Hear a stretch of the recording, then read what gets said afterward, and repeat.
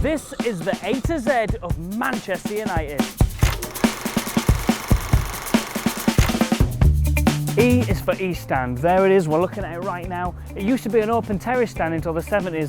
90s we got our seats. It used to be called the scoreboard end because it had, well, I mean, that's where the scoreboard was. It's pretty simple.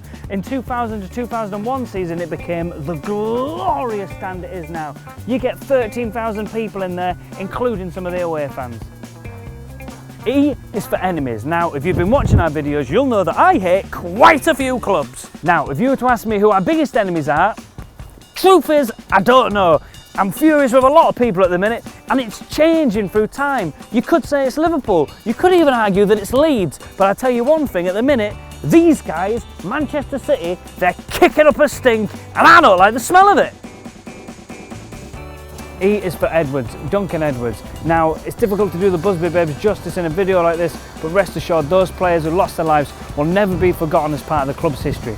Now, the rumour is Edwards signed his contract on his 16th birthday. He made his international debut at 18. He won 3 league titles in 5 years, 177 appearances, and he's even had a stained glass window made of him. Now, that does not happen often unless you're doing something biblical, and he was playing football to biblical proportions right here.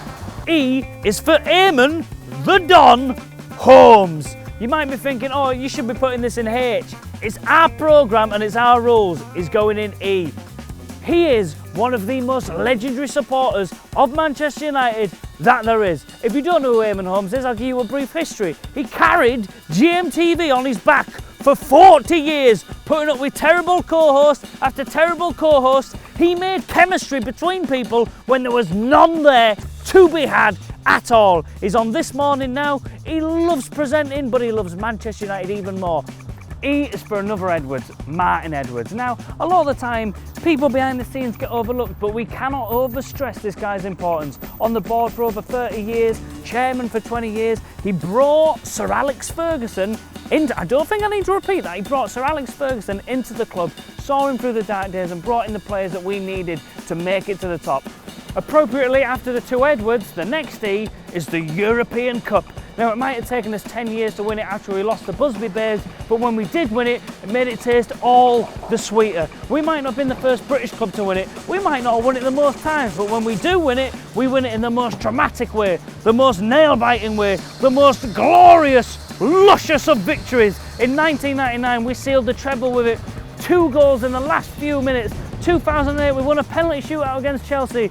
John Terry slips up, we bang one in, then Nicholas Anelka, he kicks it like he's got a fish on his foot and he's slapping it. It was weak, Van der Sar slapped it away and said, is that the best you've got? And we lifted the trophy for the 3rd time.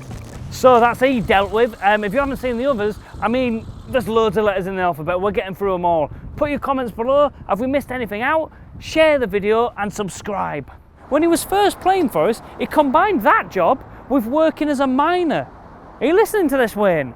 Get yourselves down the pits, put some effort in.